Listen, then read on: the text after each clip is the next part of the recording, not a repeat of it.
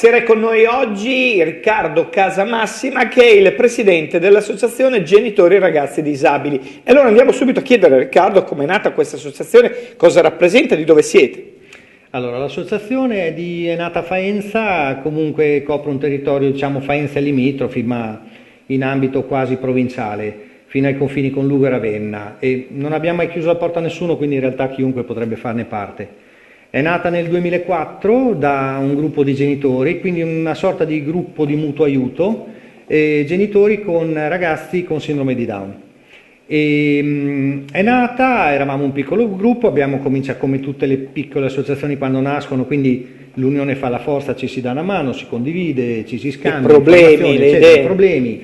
Nella prima fase il problema forse principale era quello della presa in carico per i ragazzi, cioè nascevano dei ragazzi disabili e da parte dell'USL, diciamo dei servizi sanitari, non c'era chiarezza nei protocolli di presa in carico e quindi questo creava delle difficoltà. Cioè il servizio comunque rimaneva di ottimo livello, però tutto quanto così, lasciato un po' al caso, all'iniziativa dei singoli medici o delle famiglie. Quindi le prime iniziative sono state finalizzate a questo, a mettere un po' d'ordine, no, nella presa in carico dei ragazzi, compresa la logopedia, tutti i servizi che ci vanno dietro. Poi c'è stato un evento a Faenza dove è stato chiuso un centro sociale, non un centro sociale, un laboratorio sociale per ragazzi disabili che si chiamava La Serra, e questo gruppo di ragazzi, di genitori, di famiglie si sono ritrovati scoperti, no? Non avevano più questo servizio e stavano pensando di fondare un'associazione e hanno deciso, cioè noi li abbiamo... comunque conoscendoli, condividendo. Avete allargato il vostro gruppo? Ci siamo allargati, cioè noi siamo nati come associazione aperta per dare una mano, quindi abbiamo detto prima cosa dobbiamo essere aperti anche nei confronti di famiglie che hanno bisogno e quindi l'associazione si è rinforzata, io continuo a pensare che più si è forti, no? Anche si è rafforzata anche di energie, no? Di nuove proposte, perché chi entra poi dà sempre qualcosa. E in questo gruppo non c'era solo sindrome di Down, c'erano anche disabilità, per cui ci siamo trasformati come eravamo nati da statuto genitori ragazzi Down a genitori ragazzi disabili, cioè sono dettagli, ma insomma per dire che adesso... E poi la parola giusta qual è? Down, disabile, non autosufficiente, perché c'è anche chi si può offendere, no? O non si offende nessuno? Io non do molta importanza alle parole, cioè non ci si offende. Non è capitato di aver usato una volta la parola disabile e mi hanno detto no, non dovevo usare, non diversamente abile. Allora, io che ho un figlio disabile, penso che a volte dietro questo politicamente corretto ci sia anche un po' di ipocrisia, a volte si esagera, cioè tanto alla fine il tuo interlocutore lo vedi subito se è offensivo o non è offensivo, se ti riconosce o non ti riconosce, non c'è bisogno delle parole, è chiaro che un minimo di attenzione ci vuole. Lo dico per chi ci ascolta, per tutti, tante volte un errore che si fa, ecco, lì fare attenzione quando si parla di disabilità. Tantissime volte, in tantissimi contesti, lo si fa alla presenza dei ragazzi che non sono sordi, cioè io dico, lo dicevo quando eravamo agli incontri con mio figlio, cioè a volte lo fai magari senza pensarci, inconsapevolmente, tu continui a parlare dei ragazzi disabili, la disabilità e loro sono lì. Sistema al volo in diretta perché questo è il bello, ecco il microfono così ci sentono meglio da casa, prego. Mi muovo.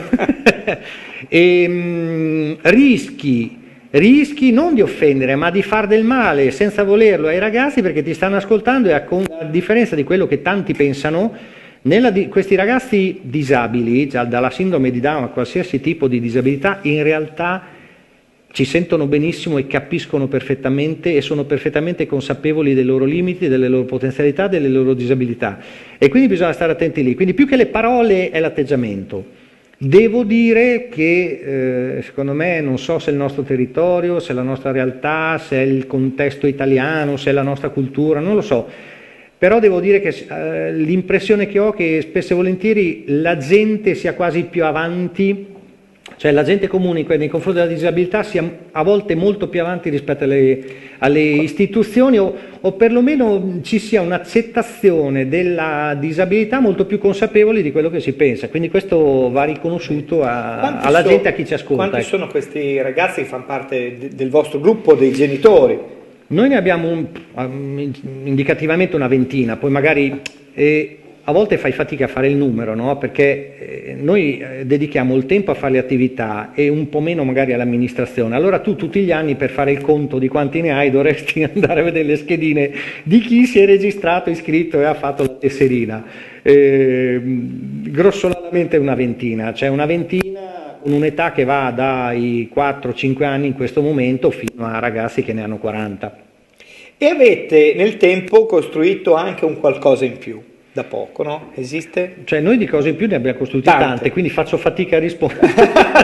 Modesto. Volevo arrivare a questa cosa quasi commerciale, oltre agli appartamenti, no? Diciamo le ultime due. Noi siamo partiti, secondo me, cosa che qualifica i nostri territori, siamo partiti con la bottega della Loggetta. Ecco, volevo arrivare lì, ma anche all'altra cosa degli appartamenti. La bottega della Loggetta, dove i ragazzi, che non è un'attività vera e propria commerciale, perché ce ne sono tante altre fatte da cooperative sociali e sono lodevoli e funzionano benissimo. La bottega della Loggetta è, come associazione siamo tra forse le pochissime che hanno un luogo del genere, è un laboratorio di potenziamento dell'autonomia dei ragazzi più grandi. Vendono dei prodotti fatti da imprese del territorio. E dopo apriamo un capitolo nel rapporto con le imprese del territorio, perché il mondo delle imprese private è fantastico. Vedi ultimamente anche, non so, il rapporto che si è instaurato con il gruppo BNI, Business Network International, che così ci ha conosciuto, ci sta aiutando con una donazione che fra un po' presenteremo. Il mondo delle imprese è quello che ci aiuta più di tutti, cioè se l'associazione esiste, se la bottega della Loggetta esiste, se possiamo fare i laboratori di autonomia residenziali con gli appartamenti, ne abbiamo due, ne abbiamo aperti due, uno per ragazzi diciamo un po' meno autonomi, uno per i ragazzi più autonomi, sono ragazzi con sindrome di Down, sono in 6, vivono da soli in un appartamento con l'aiuto di qualche operatore che interviene in determinati orari, ma ad esempio la sera sono da soli, dormono da soli, sono perfettamente in grado di farlo. In questo c'è anche una collaborazione con l'associazione Papa Giovanni XXIII. Ecco, per dire, tutto questo se riusciamo a farlo, riusciamo a fare certo per il nostro lavoro, come genitori famiglie, come contributo delle famiglie, ma soprattutto le imprese private. Perché noi da parte invece del cosiddetto pubblico, se vogliamo generalizzare, riceviamo sicuramente un aiuto, c'è un appoggio da parte dell'amministrazione, ci riconoscono, ci aiutano in tanti modi, ma dal punto di vista economico poco.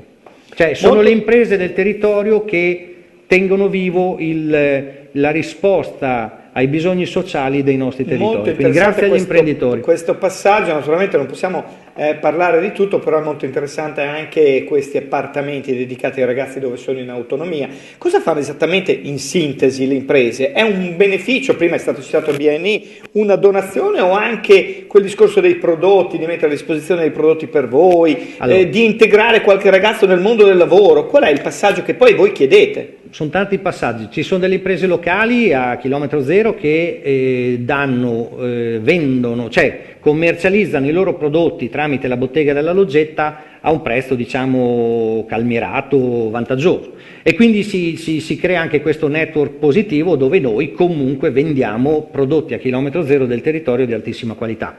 Le imprese sono tante, c'è un elenco, adesso è inutile che mi metta a farle, ma poi ci sono le imprese che fanno donazioni, ci sono le imprese che ci comprano le scatole per Natale, noi facciamo i pacchi regalo per Natale, tra l'altro bellissimo, con delle scatole, a proposito di sostenibilità, noi recuperiamo i cartoni, no, dei supermercati, le scatole, e li rivestiamo con dei tessuti di recupero e vengono fuori dei pacchi regalo bellissimi con dentro i prodotti della bottega.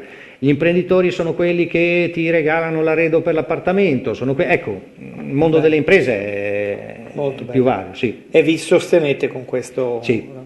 Una bellissima squadra. Approfitto per l'ultimo minuto, però infatti hanno passato anche qualche foto presa dalla rete, e approfitto di Riccardo Casamassima perché lui ha una sua attività, non si vive facendo il presidente di un'associazione. No, anzi, zero. Ci si mette soldi e tempo. In un minuto Riccardo invece è direttore di una bella struttura di cooperativa, Coabi, che si occupa di abitazione. Come sta andando il mercato dell'abitazione? Allora, il mercato dell'abitazione sta andando che ci vorrebbe la sfera di cristallo in questo momento. Ma dicono che è un momento buono. No, allora... O c'è stato ed è ancora una flessione ulteriore? No, in questo momento c'è un'iperinflazione, lo vedete sui giornali, è inutile che mi dilunghi io.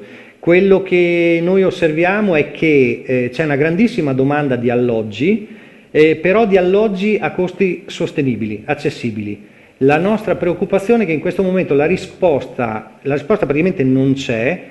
Non so, come categorie prendo i ragazzi che vanno dai 25 ai 45 anni, chiamiamoli ragazzi, cioè che non sono ricchissimi, cioè, togliamo le fasce di popolazione che hanno tante risorse, togliamo la fascia troppo debole che non può accedere alla casa, può accedere solo all'affitto, e lì ci vuole un intervento pubblico con le case popolari, ma la cosiddetta fascia grigia, fascia media, quella dei nostri figli, nipoti, amici, quella è scoperta, cioè fanno fatica a trovare case, perché adesso anche in nome di una qualità che spesso è più di slogan che altro, quindi il green, la classe energetica, il fotovoltaico, tutte cose bellissime, però che costano tantissimi soldi e qualcuno non se le può permettere. Quindi sull'abitazione, sull'architettura, ne stiamo parlando anche come architetti, c'è da farsi qualche domanda. Magari sul tema con Riccardo Casamassima torniamo a primavera, così Volentieri. facciamo un altro passaggio delle tante iniziative di GRD. A tra poco. Questa seconda parte a Restart c'è un imprenditore del settore lampadari, Paolo Rubini, si occupa di elettricità, di corrente lei, no?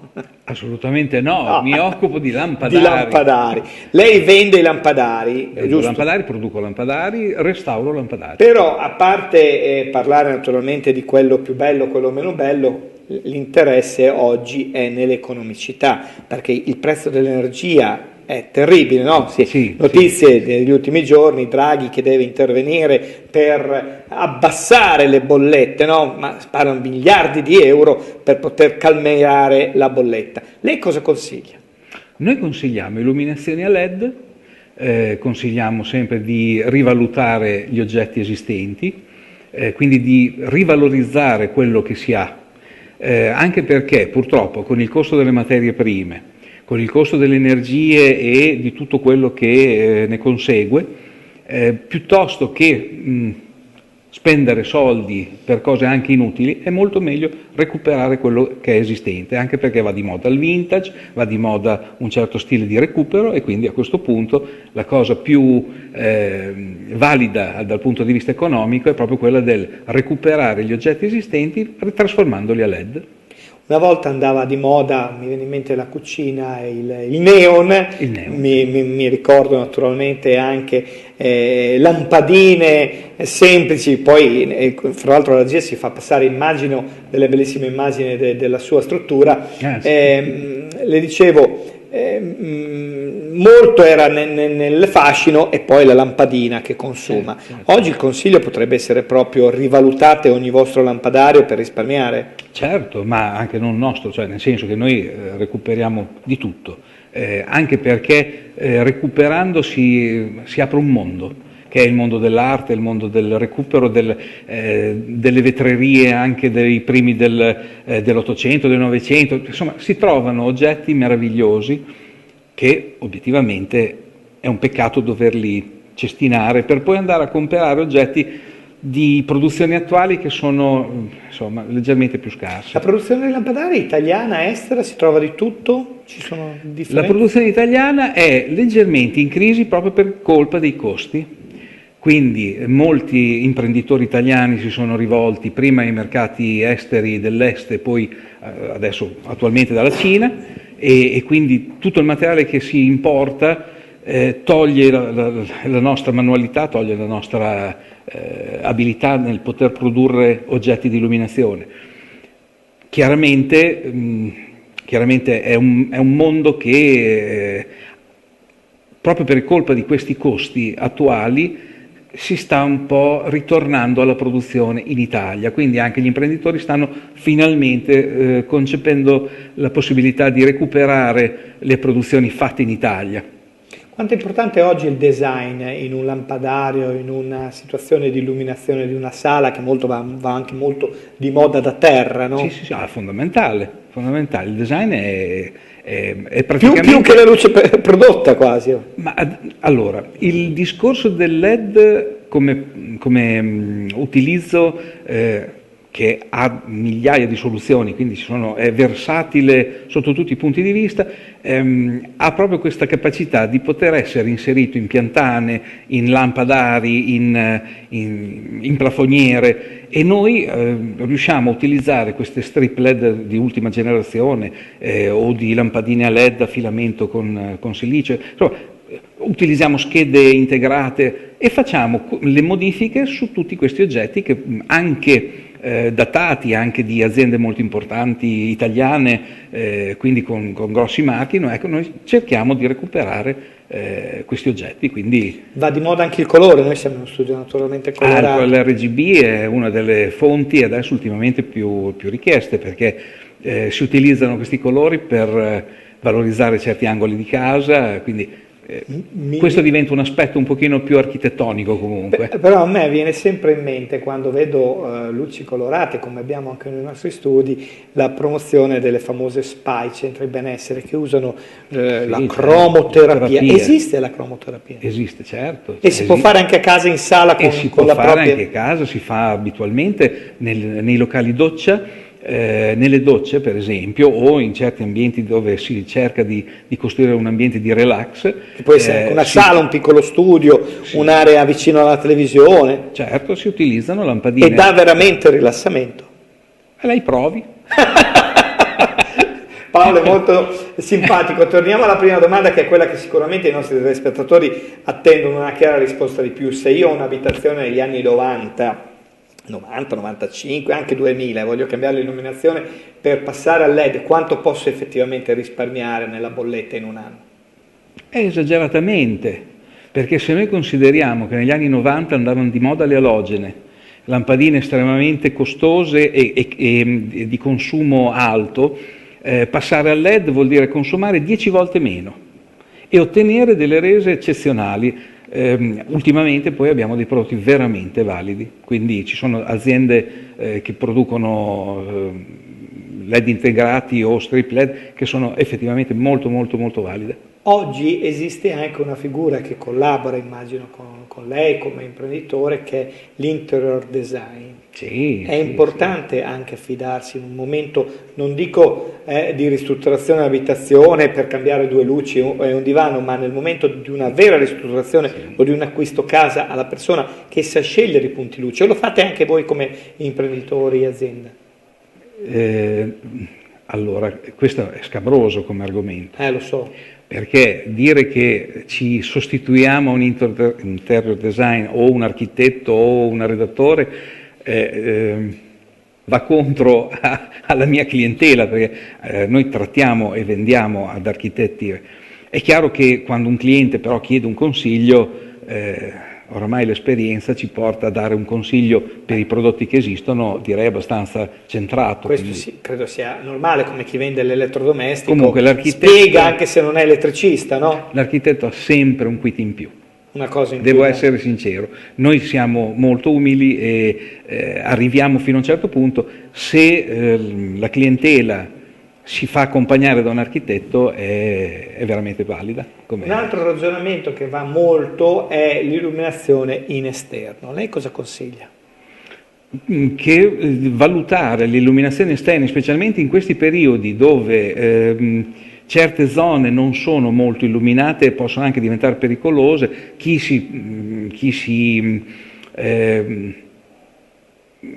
Chi ha un giardino, un vialetto, una zona, o se no anche una zona buia nascosta. Ecco, noi abbiamo tanti prodotti che anche senza avere bisogno di corrente possono illuminare queste zone.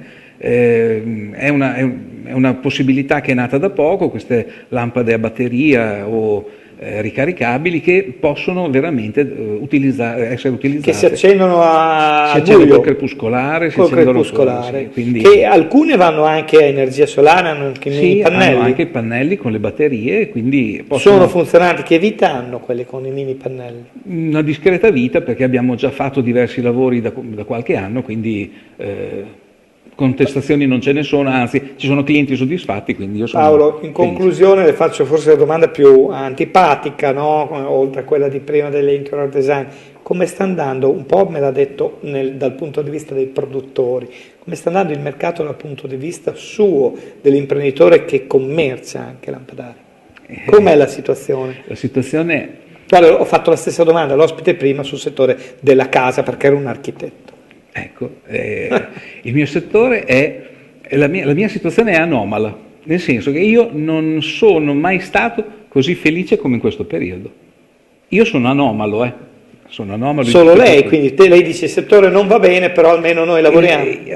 Se pensiamo che su Bologna c'erano 35 punti vendita di illuminazione di lampadari e attualmente siamo in 3, non può essere una cosa positiva. Dal mio punto di vista invece c'è questo rapporto età-sviluppo aziendale che mi porta invece a essere molto felice, perché io in questo momento mi sto divertendo come un bambino. Beh, qual è il divertimento più grande del commerciante? Vedere un cliente che ti sorride ed è soddisfatto del lavoro che gli hai realizzato. Che bello, guardi, io Paolo avevo anche altre domande, però ha detto una frase talmente bella all'inizio, adesso alla fine, e quindi mi fermerei qui. Fermiamoci. Buon lavoro, buon fine anno, buon inizio anno. Grazie. E a presto. Buona serata a tutti e a presto.